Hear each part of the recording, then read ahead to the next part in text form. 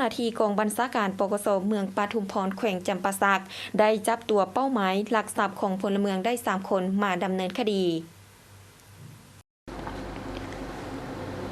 ตั้งอาชีพหลักทั้งครอบครัวแบบบ่เก่งกว่ากฎหมายสุดท้ายถูกเจ้าหน้าที่กักตัวมาดำเนินคดีตามการรายงานของเจ้าหน้าที่ปกสเมืองปทุมพรให้รู้ว่าในครั้งวันที่3 ธันวาคม 2021เวลา 10:00 น.เจ้าหน้าที่วิศวสพเมืองปทุมพรแขวงจำปาสักได้รับการแจ้งความจากท้าววีรศักดิ์จันทบูรณ์อายุ24 ปีอาชีพเพชรหน้าบ้านแซงเมืองปทุมพรแขวงจำปาสักว่าได้มีคนหายบ่ฮู้จำนวนได้มาลักเอารถจักรของตนยี่ห้อ Honda Wave หอยสีเขียวดำป้ายทะเบียนจม1334จำปาสักที่จอดไว้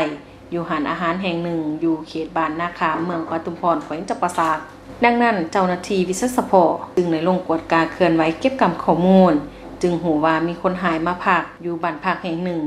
เขตบ้านนาคามเมืองปทุมพรหลังจากนั้นเจ้าหน้าที่วิศวสพจึงได้สมทบกับอำนาจการปกครองและภาคส่วนที่เกี่ยวข้องลงติดตามเป้าหมายสามารถกักตัวผู้ถูกได้5 คนอีก3 คนสื่อถาวสงสัยแก้วมณีอายุ35 ปีสัญชาติลาวสีเพชรหน้าถาวหนุ่ยทองแก้วไว้สีอายุ25 ปีสัญชาติลาวสีเพชรหน้านางหน่อยคาวี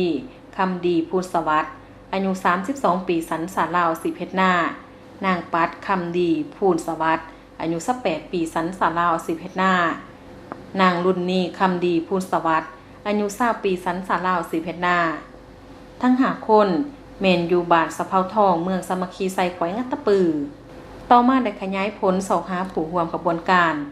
สามารถกักตัวผู้รับสื่อได้ตื่มอีก2 คน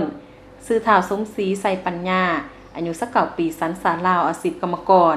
บ้านเพียลาดเมืองบัดเจิงเจริญสุขแขวงจำปาสักและถาวเปิ้นกิตติพงศ์อายุ22 ปีสัญชาติลาวอาชีพเพชรหน้า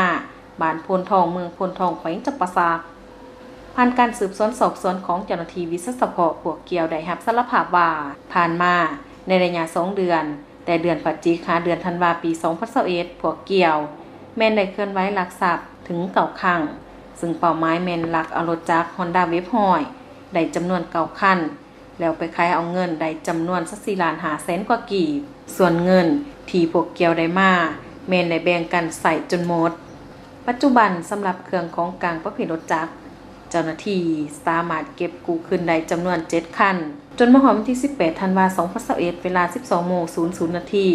จึงถูกเจ้าหน้าที่ปกสเมืองปทุมพรกักตัวได้ซึ่งการกระทำดังกล่าวแม่นผิดต่อกฎหมายในมาตรา231และ244ของประมวลกฎหมายอาญาแห่งสาธารณรัฐประชาธิปไตยประชาชนลาวซึ่งแตะต้องทั้งทรัพย์สินของบุคคลอื่นพร้อมนั้นยังสร้างความบ่สงบและความบ่เป็นระเบียบเรียบร้อยอยู่ในสังคมน้ำอีกปัจจุบันคดีดังกล่าวยังอยู่ในขั้นตอนสำนวนสำเนาเอกสารเพื่อส่งฟ้องอัยการเมืองเพื่อดำเนินคดีตามขั้นตอนของกฎหมายบ้านเมืองต่อไป